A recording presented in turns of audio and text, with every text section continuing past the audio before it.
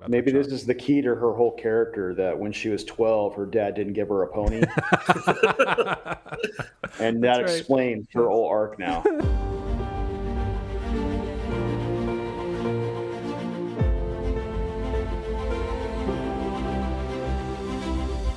All right, so we're here to discuss episode 3 of The Rings of Power, titled Adar, which is super important, and we'll learn that in the last 3 seconds of this episode. When we finally get to kind of see him, we'll see.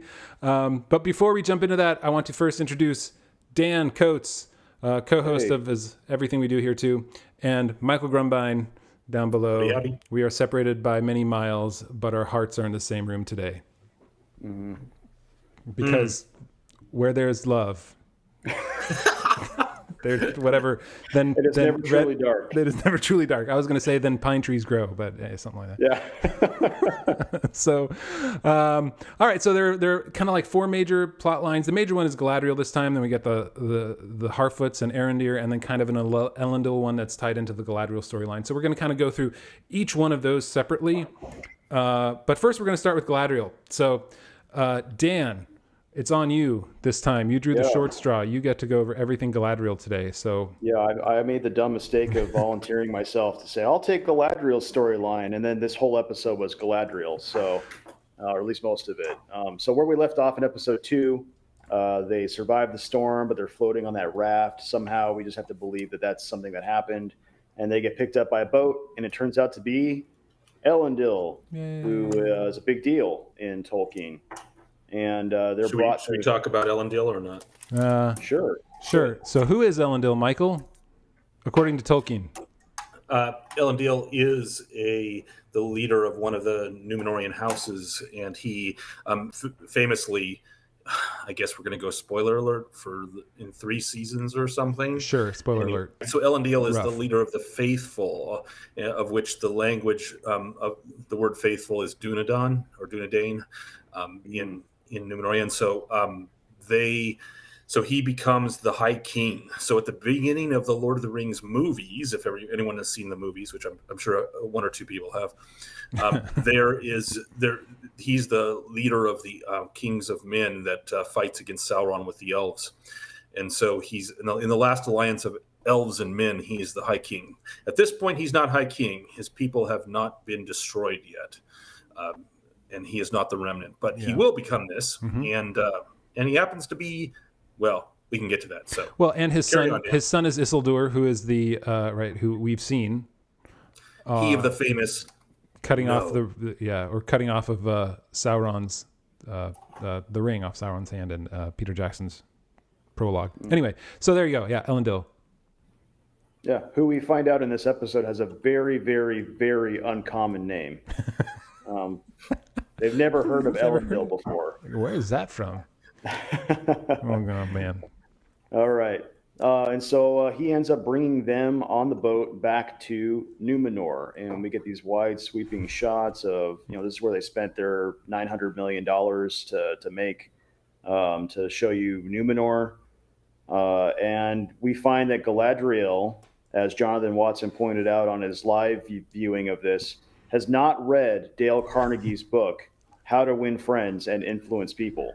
I don't have my copy nearby. Sorry. She rushes in like a bull in a china shop. She's got the social awareness of like a kindergartner who just wants to get their toy and doesn't care about little Susie not sharing, whatever. Like somehow she's 5,000 years old and she never got past like kindergarten level like social dynamics. Let's listen a little bit to how their interaction goes here. Like for instance, between Ar-Pharazôn and Galadriel. Together, circumstances arose. We are companions by chance, met on the open sea. Your captain here delivered us from certain death. Yeah, she even says your captain here delivered us from certain death, but worship me. All we ask is that Númenor continue his mercy and grant us ship's passage to Middle-earth. Like she demands the ship right away, and this is after. Yeah. And then we get the line where Tarmiro says, you're kind of wearing out your welcome too." Anything. Right. That was funny to me is Tarmiriel is almost like an object lesson. So Tarmiriel's like the teacher, and she's trying to teach Galadriel, hey, you're not really acting well. And Galadriel's supposed to be elven nobility, right? Yeah. She's actually one of the most noble of the elves, highest in the highest houses, and she would have known how to interact, and her, the standards of communication between royal houses, be they elves or men, is a common feature in cultures, and it was so in Tolkien. So she would have known how to communicate with another regent, or another noble woman, and she doesn't. She refuses to, and and not only that, bitterness. Yeah. One note. Not only that, though, she should know.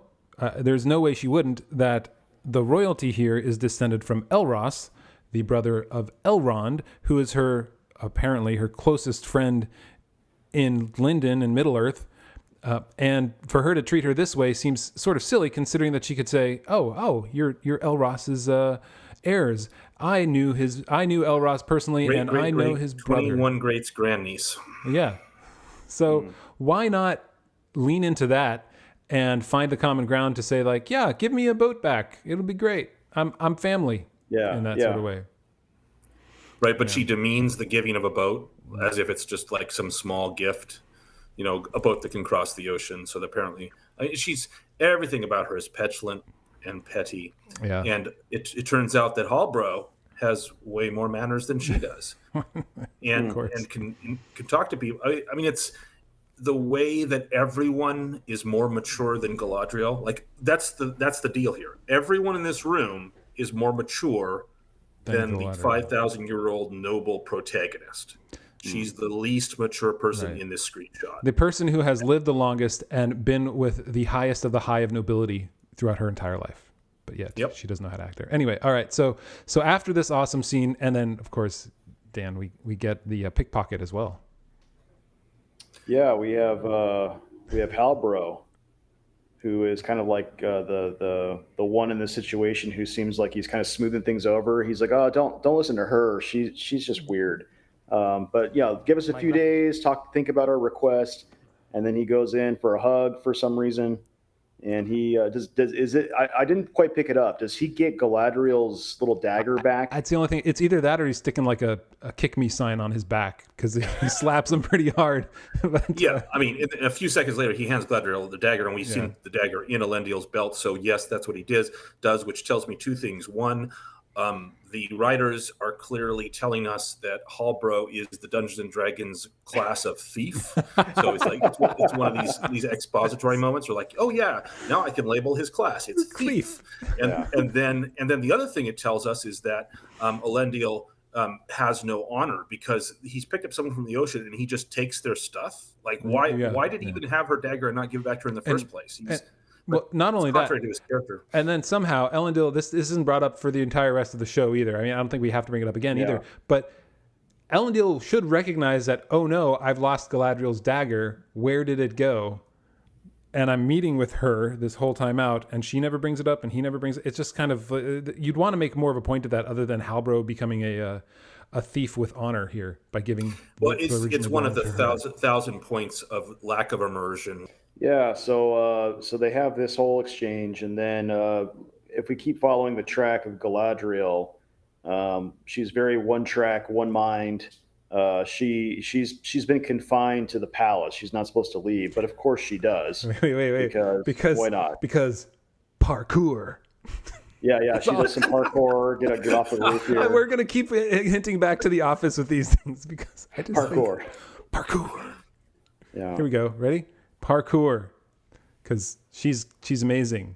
Watch, wait, don't miss it. Don't blink. It's right here. Here we go. Oh, look at her in a dress. So she's just making for the boat. She's going to go steal a boat and get off this island. Yeah. Elendil catches her, and he actually kind of befriends her. He kind of just talks to her, and he shows his street cred by speaking some Elvish to her. So she's like, oh yeah, they start getting a rapport somehow. But it's all one way. It's all because he's friendly to her. It's not because of That's exactly right, Dan. Like so they develop a rapport. It's very clear from this scene. They develop a rapport because he, like an adult, befriends a child. As a parent, I can say this. Like, you can have a conversation with a child and speak to them on their level while still remaining mature, and then you can slowly talk them off of whatever petulant ledge they're on, oftentimes. And that's what happens here. And this is the scene in which I realized that for $1 billion, Amazon had in fact bought one likable character. I actually, I would look at the scene. I was like, I actually like Arondir. I like the actor. He does a good job. I like how they've written him. He is the voice of prudence and courtesy and friendliness, while still remaining true to his responsibilities. He's an adult. But what they've done is they've still made him a nobody that nobody knows who he is, other than he's some captain. Ship. He has a ship. Right. So he has all these capabilities of of manners and royalty and how to interact with people, and yet he's still a nobody. It's right. And Jonathan, you're saying that because Taramiriel has to ask her. Has to ask Pharazôn who is this guy. By the way, she would know if she was a real regent because they know all the noble houses. That's part of your world. I think they're not even making her a noble house, right? Because his father, Amundil, was friends with Pharazôn. Like, they were close friends, apparently, in Tolkien's world. Oh, you're talking about that book that Tolkien wrote? The sketchy outline of things that were written down years ago that don't matter. This is different, Jonathan. I don't know if you noticed. There's sorry. Well, and like any good father figure or parent trying to deal with a child, the first thing in order to get the girls on his side is give him a pony. Yeah. So this scene is so painful. Oh, it's so painful, guys. I don't know where they're going, because I mean, maybe there's more familiarity if I brought out the Atlas of Middle Earth. Ding. Like where they're going exactly. Do they mention it? Does it matter? They're going on like the only thing that causes her to smile is getting on a horse, which is really odd. That's the only thing. But it is like giving a gift to a child. But then we get the most awkward scene so far in the entire show. When they slow pan onto her face, I mean, is that a smile? It looks like a carnivore, like about to eat something. We get the weird, and then you get the blue eye of the horse. Like I was watching this thinking, like, what's going on? There it is. And then the smile. It feels like smile? This is I don't know, Black Beauty or some other horse show from 1981, where it's a movie that came out where they were, a girl and her horse go on a journey together as they enter a competition in order to pay the debt that their parents owe to the landlord, right? That's like, what? She's suddenly super happy, and the only thing that makes her happy is this. But the worst part of it, look at that blinking horse. It's so slow and so awkward. And then you get this shot. And there's no reason for it. Like, the slow-mo doesn't do anything other than make you feel awkward about it, make you feel like it doesn't belong, because there's been no lead up to this. It's not like 300 where we're diving into the slow motion because it makes sense to show what's happening in the story. No, they're just doing it for some odd dramatic effect. Right. In 300, it would have been the pivotal cinematic moment. They're diving there. Here, I actually it feels like the writer's room was like 2.5 episodes in. They're like, oh, crap. Nobody likes her. And she's just totally unlikable. So we're going to have a shot of her to make her, yes, she can be happy. There is hope for this character before she goes back to one-note bitterness. Yeah. Anyway, I don't know what to do about Maybe this is the key to her whole character, that when she was 12, her dad didn't give her a pony.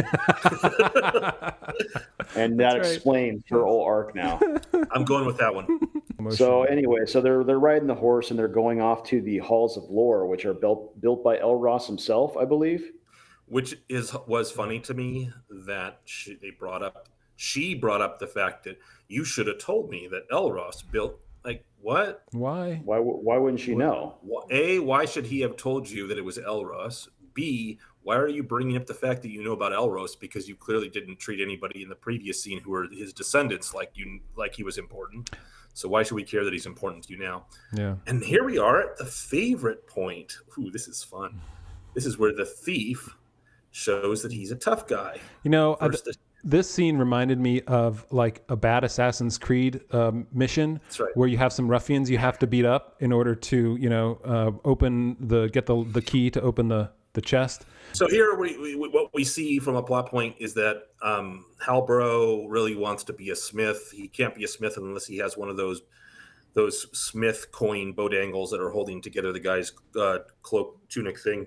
The one right here at the bottom of the screen that's covered up by the there it is. Yeah, the plate. But there it is, the gold disc. So he goes on an elaborate plot where he buys everybody drinks and befriends them all so that he could steal this. Because he didn't lose his coins on the voyage of the right, because he had no money. Wait, how did he get so clearly he cased the joint, stole everyone's money, then paid for it to buy everyone drinks, then steals it, and then walks off. He gets caught anyway.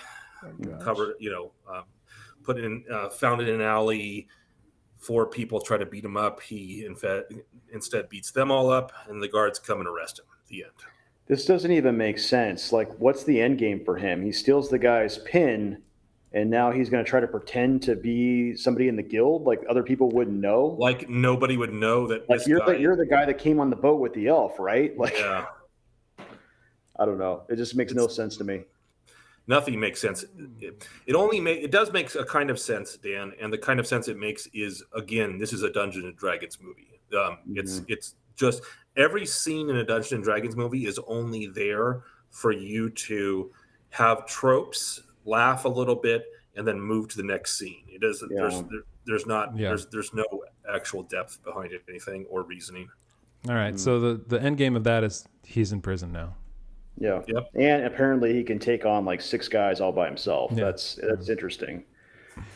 So then, so now we're in the halls of lore, and you get that really bad tapestry that I don't know. Okay. The best part of, like, I don't know. There's so many good parts of this show. Yeah. So they're looking for scrolls, and she's got that one symbol she's looking for, but then she stops and looks at this tapestry, and it I don't know how to describe this. Do you guys know how to? You go ahead. I can. It's the librarian's kid. You know how you put up your kid's art even though it's horrible? And so whoever the librarian here is, their kid did some god-awful art that nobody would put up anywhere. So they're like, but it's his where he works, so it's like he just keeps it on the wall. Either that or it's the Númenor flannel graph for Sunday school, where you stick up the characters and you have them kind of like touch their hands together when they meet, and it's so the style is so odd. It's not. There's no. It's just. I mean, the style is what I would term amateurish. There was this kind of artwork. Like if we're looking at medieval art, and you have much more practice than this, Michael. This kind of realism. When would that have actually appeared ever? Like it's not that it wasn't there. Never. Like the show. Also, you look through here, and there's clearly like like far left girl is clearly Asian. Yeah, and so you have the token woke stuff in there, and you have a bunch of women. But as far as an art form goes, there is none. There's no attempt to actually develop an art form, because that would require them to have the ability to create culture of some type, which we will find out in a few minutes. They are utter failures at. But so this is just one example. Like, so in the world of art, there's nothing that ties to this at all. I'm just going to go with it's the librarian's son. There you go. It would have made more sense if they had like a bust of Elrond and Elros, when she could be like, "Oh, I know who that is," and like make that connection. But like having this painting, this tapestry thing, it's just pulled me out. Well, what's funny is that it looks to me like they're humans. They're 2 elves right there. Is that what is that Elrond on the right and Elros on the left? Is that what it is? Yes. Okay. Yes. Elrond and Elros. Yeah. Because as soon as you say you're a half elf and you embrace your human side, immediately hair starts growing out of your face. You're like, whoa! It's like that was the other question. So, because pointy ears are not exactly Tolkien canon. They just did it for the heck of it and because elves. But so if you were to choose between elf and human, as Elros and Elrond certainly had to, would your ears change to be rounded once you chose human? Like for Elros, wouldn't that? That's problematic because clearly as soon as he chose human, the beard started growing instantly. Yeah, so why didn't the ears round? I don't know. Yeah. All right. Anyways, moving on. So the point of this room was what again? So she's got that mark from that she found in episode 1, and the mark that was left on her dead brother's shoulder, and they're able to ask the lore master there, and they're able to pull it up right away. Here's a scroll. Here's the matching symbol. Boom. And they're able to find out it's not a symbol. It's not a mark. It's actually a map of Mordor.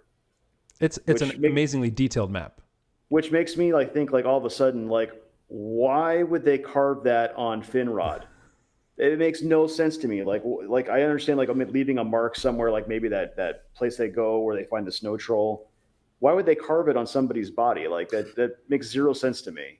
Exactly, especially because it's supposed to be some sort of symbol to orcs, like because orcs, well known for their cartographical skills and the ability to see the world from map side. Well, I mean, if we had to go back to why this would happen, we have to go back to a classic movie like Home Alone, because every burglar has their mark, like the Wet Bandits. And so, every time Sauron does something, he's got to leave his mark. And so if he's killing royalty, he's got to leave his mark. If he's, spraying graffiti on the walls of Lindon, he's leaving his mark. This is what you do as a bad guy. You leave your mark. That's a good call. A good call, Jonathan. We did just establish that Sauron's class is thief. Oh, that's right. That was no, Halbro. Halbro. That was Halbro. Halbro. Yeah, we'll see. Definitely not the same person.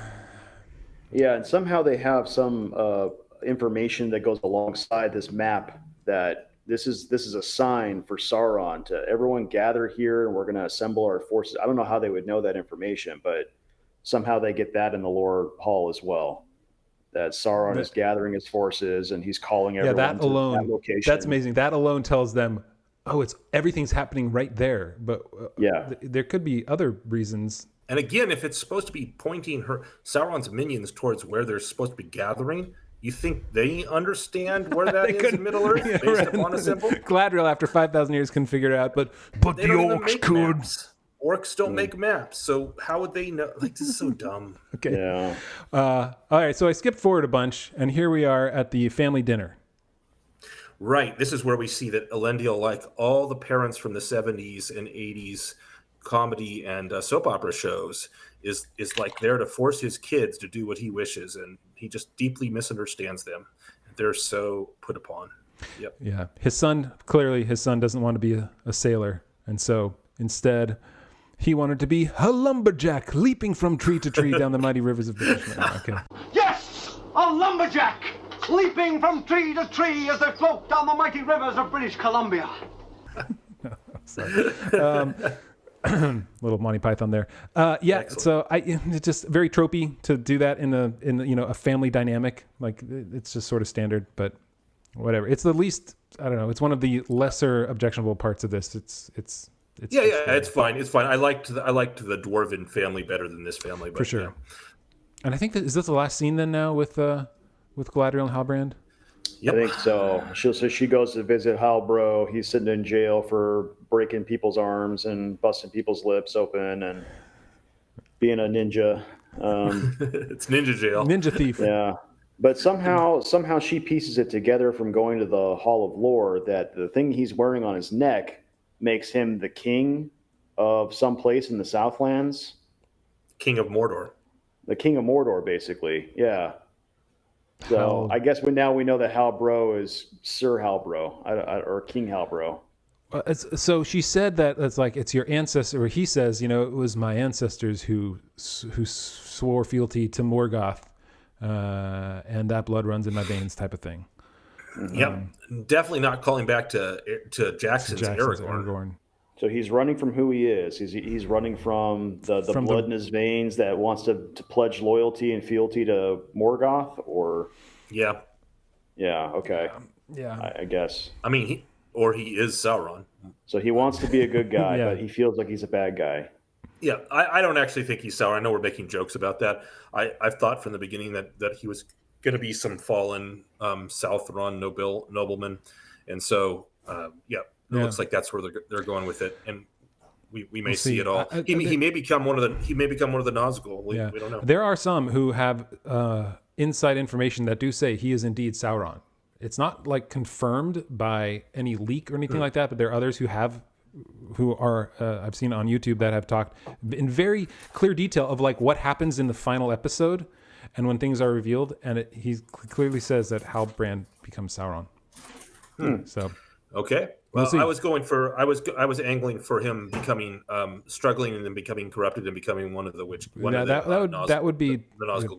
That would actually be cool. Yeah, that would be one of those legitimate, like, you didn't just invent a character, but you remember you gave us the backstory for a character that actually exists. It will be an unrequited love. Which king of Angmar because Galadriel didn't, or whoever else he ends up becoming as one of the Nazgul, because Galadriel did not return the affection he had for her and her anger.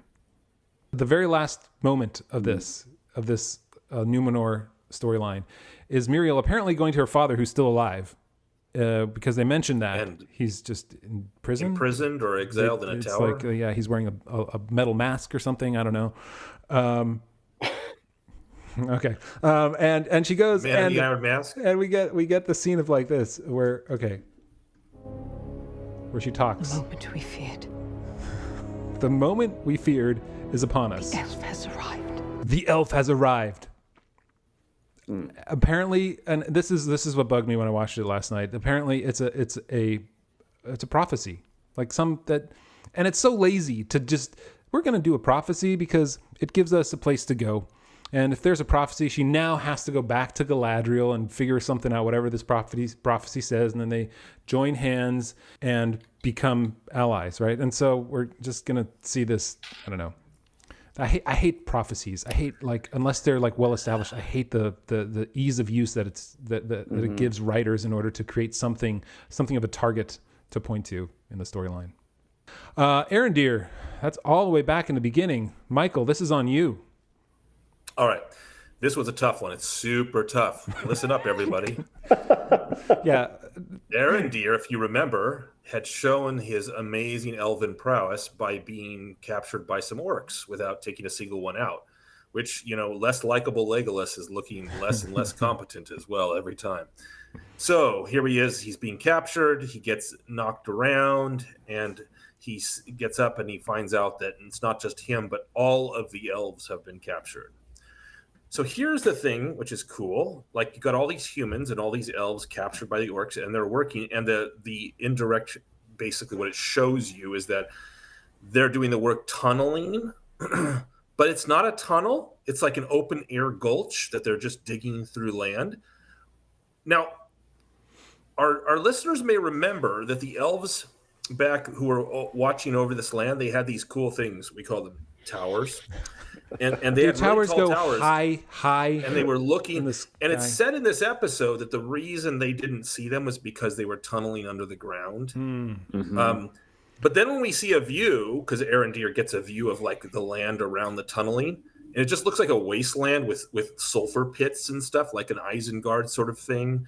And so, I don't know, elves are supposed to have really good vision. And if they have a tower and good vision, they can't see this like slowly growing desolation in a straight line moving across the landscape from town to town. Look, there it is. That's easy to miss, right? If you're an elf. I mean, it's just so dumb. It's not secret. Yeah. And I mean, it's just there for them to, okay. And so then run up against a tree. So anyway, luckily I'm watching. They couldn't have gone. Look, wait, hold on. There's a tree in their path.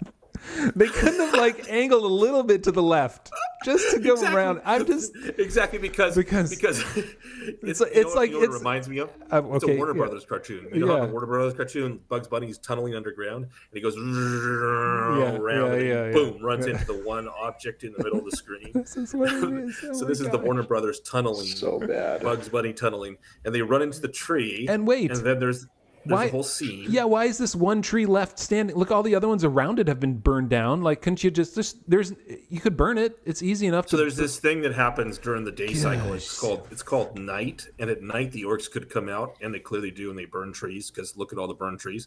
In fact, there are burned trees past this tree. So I don't know how one tree survived.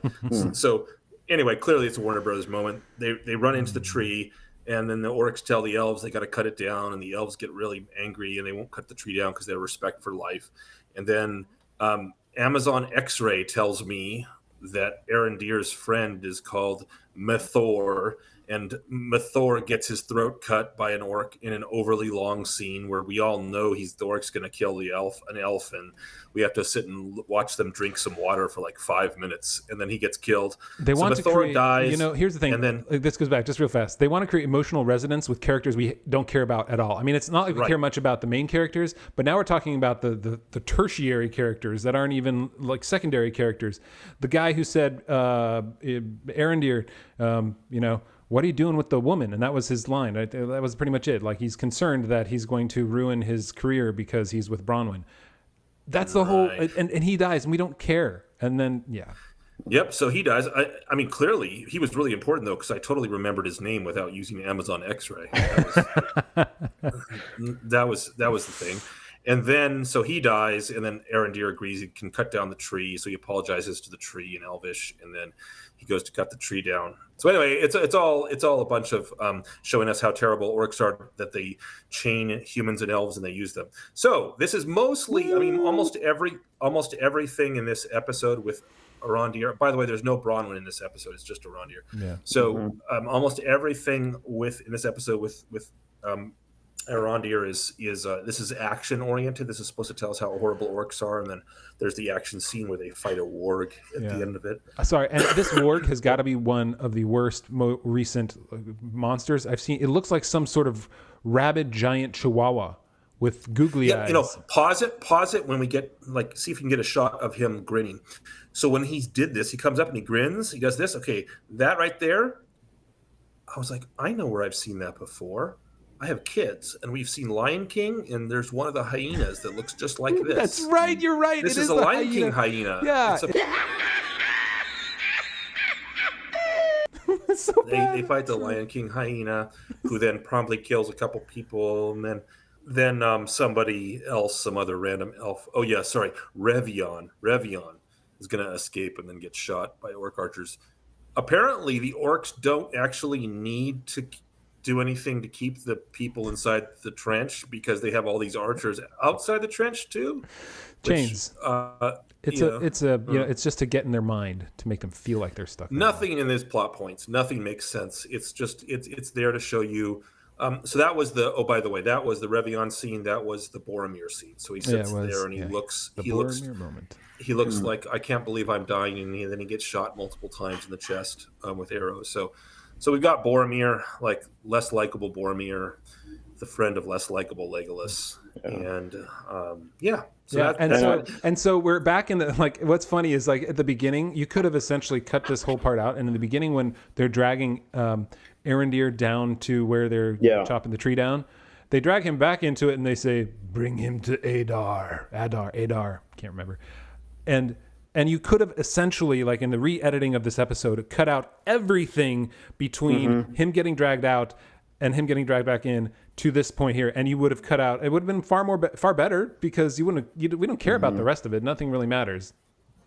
Yeah. How dare you? How dare you not care about that tree? I mean, I guess so I will give them one little feather that says they're digging for something, which I'm sure is the hilt of that sword that Theo has. That's why they're digging. That's the only thing I can think of. So but that could have been established with far less time and far less energy that was unnecessary in order to create this scene. So, and the most efficient way to look for a sword that's buried is to dig one long trench and just keep digging. One long meandering trench, just because eventually you're going to reach something. It's a fire break for Mordor, guys, so that, like a tree. Boom. Hit the tree. Yeah, I agree. It would have been better if, like, they ended episode 2 with him getting grabbed by all those hands and pulled back, and then boom, bring him to Adar. Bring him right here. Yeah, move the story forward. Everything in between, it was like, whoa. Okay, yeah. We already know orcs are bad. This is the namesake of the episode, and this is as close as we get to seeing what he looks like. Some sort of weird elf or something, but he looks orcish, elfish, I guess. So that's the close of the episode. But we missed the most important part. And compelling. The most compelling. The part that tugs at your heartstrings, or at least at your guts, until you feel like they're spilling out and you have to gather them back in before you die. Here we go. The Harfoots. And we get this beautiful scene of slow motion of the frolicking in the woods that we saw earlier. And I laughed at this because it's so bad. I don't know why. What's the point of the slow motion? And to show them, like, frolicking like this in slow-mo is so awkward. And the other thing bothers me, right, about this scene is that it looks like a pagan ritual, and to have that within something Tolkien wrote, I don't think would ever be there in that way. Certainly not from the good guys in that way. Yeah, if it was there, it'd be bad. Yeah. Right? Yeah. Yeah.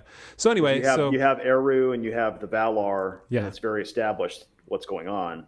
Yeah. This is like a pagan ritual or something. Yeah. And so apparently what they're doing is they're in this ritual because they're getting ready to migrate again. Because they've established why migration is super important for the Harfoots. They have to go in order to leave.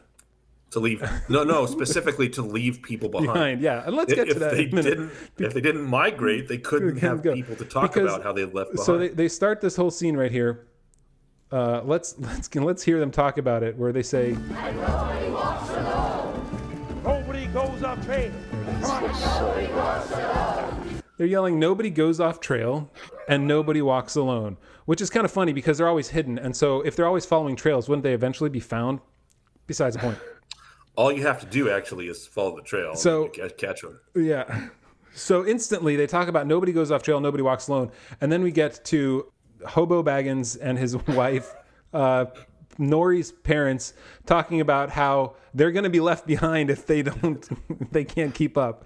And so we get to this whole crazy storyline of how the hobbits, when somebody breaks a leg or twists an ankle, or like we learn about Miles Brightapple, he got stuck in the snows and was left behind for dead. And so the way that they live life is if somebody gets how about them apples, eh? If somebody gets left behind, they just leave them. They literally don't help. They're like, don't fall behind because you're dead to us when that happens. But then they try to make that better by saying they talk about them, right? So they have the scene, right? Let's go through. They have the scene. They talk about their love rather than they show us their love. They talk about like, oh, remember when we were young and I saw you and you were in my heart and blah blah blah. We don't actually feel that they are loved. It is a visual medium, so talking about it makes way more sense than showing it to us. And so we go through this scene of them. They're going to be left behind after we learn that nobody walks alone, and we get to the tortured scene of Nori and Poppy trying to get the star chart, which ends up after a moment burning because Encino Man comes through and grabs it right here. So right there, he grabs it and it catches on fire.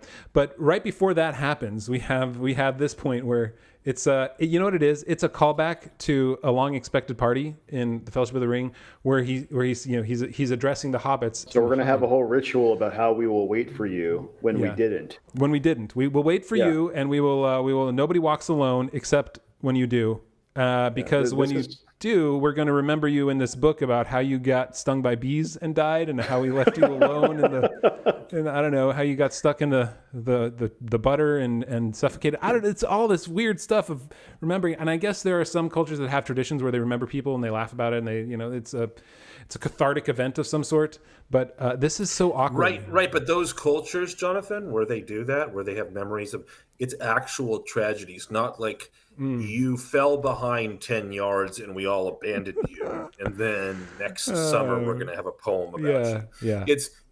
I mean, literally before this, like you said, the scene before this, the main Hobbit character, Nori's parents, are looking ahead with trepidation because they're going to get left behind. So these are all hobbits. They all stick together. Remember from that first episode that says we hobbits, we Harfoots have each other? Yeah. But you don't. Literally the defining characteristic of your culture as invented by these maroons that wrote this is that we leave people behind and then we make poems up about them at the end. Yeah. It's so it's just, and it's like they don't know what they're writing. Maybe it was COVID and everybody was in a different room and they weren't allowed to talk to each other and they were just kind of like piecemealing the parts together. But right after this whole scene of them talking about like we left people behind, when they find out about Meteor Man and she says like he was lost, he was hurt. What was I supposed to do? Leave him behind? I'm like, well, yeah. Well, that is what we do. That's your MO. People behind. You leave them behind. So, like, of course you wouldn't do that. But she's, of course, at least she gets out of being de-caravanned, because that's a good word to use. So, de-caravanned. What was that exiled. line in the first episode? It was like, elves have their forest, men have their fields of grain. Us Harfoots, we have each other. We have each other. Oh, how's it go again? We have caravans. I don't know. You got D-Caravan. Don't worry about it. We have each other, and by each other we mean everyone within 5 yards of us. And then after that, you're not with us anymore. And they haven't established why they have to go anywhere. It doesn't make why don't you just stay? I know. I don't understand. Yeah, it looked like there were a lot of blackberries on that bush that they were eating in the last episode. Like that would have fed them for quite a long time. Goodness. So Nori does talk with her mom, and she has a feeling that there's a reason he came to us. That's the whole reason that she's got to be with the guy. She's got a feeling. She's got, I guess unlike Han Solo, she's got a good feeling about this, not a bad feeling. So Right. but that's the whole reason she sticks with Encino Man.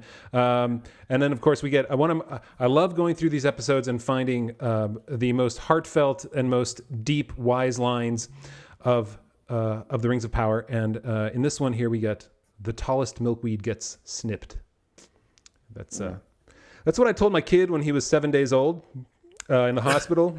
But I think I was a little different kind of snipping. Oh, that's awesome. Anyway, so they get there, and then we have Encino Man here. He becomes the helper. We can see him right here pushing the cart after it gets stuck. So at the end of episode 2, we learn with the Harfoots that he has killed all the fireflies. He's murdered them, as Poppy says in this episode. How dare he murder the fireflies after they eat the snails? Anyway, so you can't hurt fireflies, but you can stick them in a container and use them as a lantern. Every single night. So the fireflies, right, who make the constellation.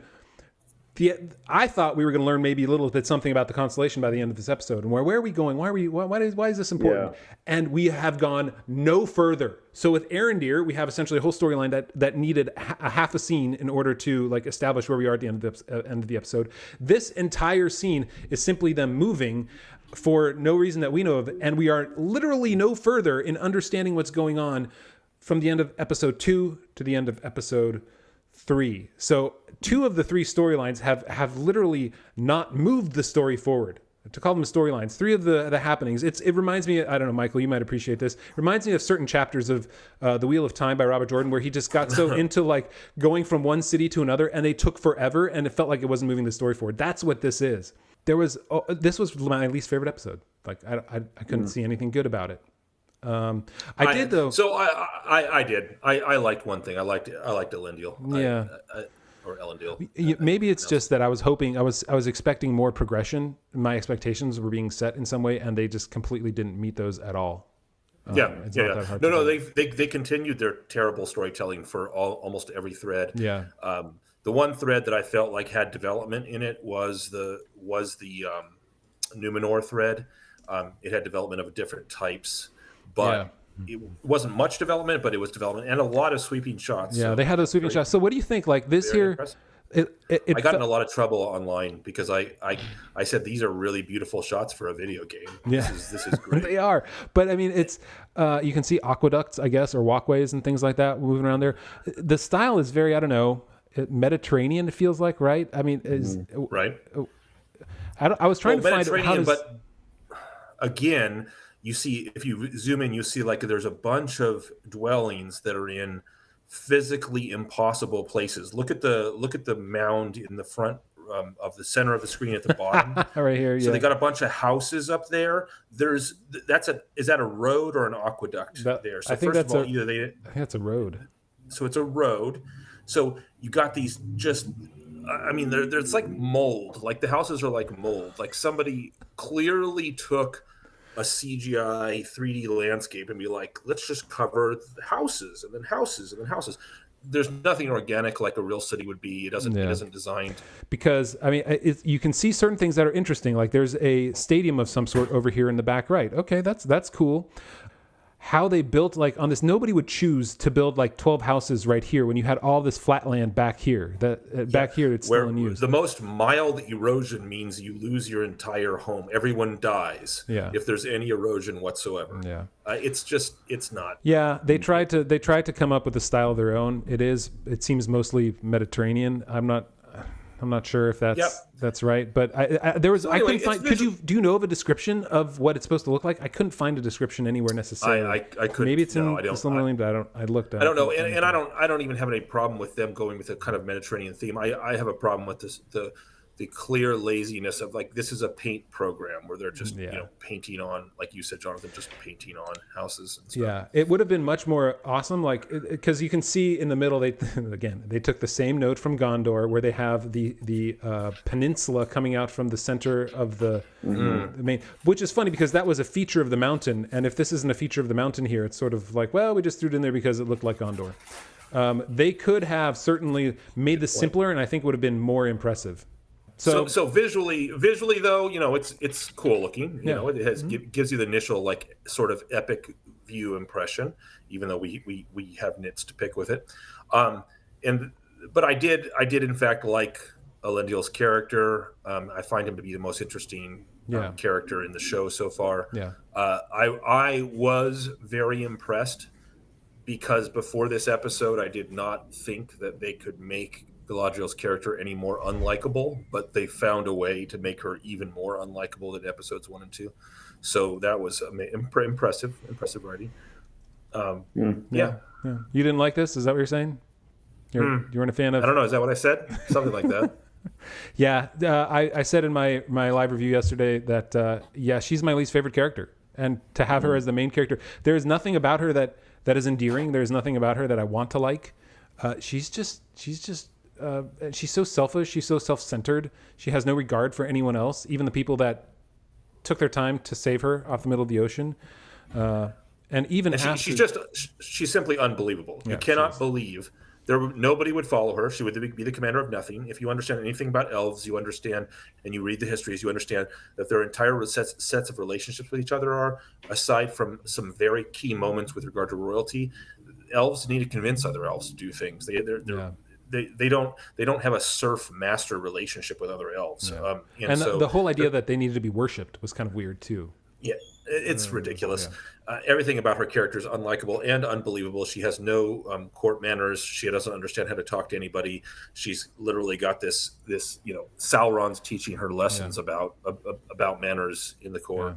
It's all right. So would you say, for me, this is my least favorite episode? Dan, would you say which is on a scale of 1 to 3? Is this your least, or are they all just scraping the bottom? They all kind of blend together for me. I couldn't tell you. I think we might have been able, like, after these 3 hours, you could probably edit this together into one 45, 55-minute episode or so, and still have it being exactly the same place because nothing matters. Yeah, the problem is like everything with the Harfoots is totally useless. There's just nothing. There's literally, it's just no purpose whatsoever. Okay. So you got a good 20-25% of your show that's just nothing. Yep. Most of the stuff with Arondir on the ocean, or Arondir with Halbrand on the ocean, doesn't matter because she could have just come across Halbrand. Like the worm didn't really matter at all. Yeah. All the lead up. Yeah. Anyway, so So, but this is not my least favorite because I did like some of the depictions of Númenor. Some of the aspects of Númenor. Some of it just looks like community theater, but some of it does look kind of cool. Well, and at least it wasn't the ocean. At least it wasn't the ocean. But the sea is always right, Michael. What was the other good line in this episode? It was something about salt. Like they're planning we will on sweep our enemies off the land like salt off the table. Like salt off a table. Salt. Which just makes you think. Tolkien.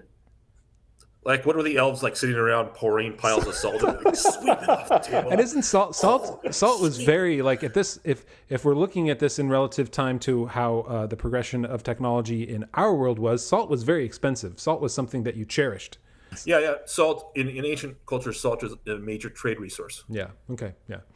All right, guys. Well, thank you for bearing through this one. We're more than a third of the way through. Next week we'll be halfway through. It's exciting. Yay. Halfway through the season and about 12 minutes into the actual story. So thank you all for watching with us. We appreciate it. If you like what you're seeing, please give us some support. Chat with us over on our Discord channel. Go to www.theonering.com/patron. And we would love to see you there. First month is free. It's $4 otherwise. And it's fun to chat about that. Before we talked about this, I asked the folks there, like, hey, what do you guys want us to talk about? And we did address some of those things in here. So head on over there. We'd love your support. And we will see you next time with episode 4. It is titled, I have no idea. Anyone? We'll see you next time with episode 4. All right.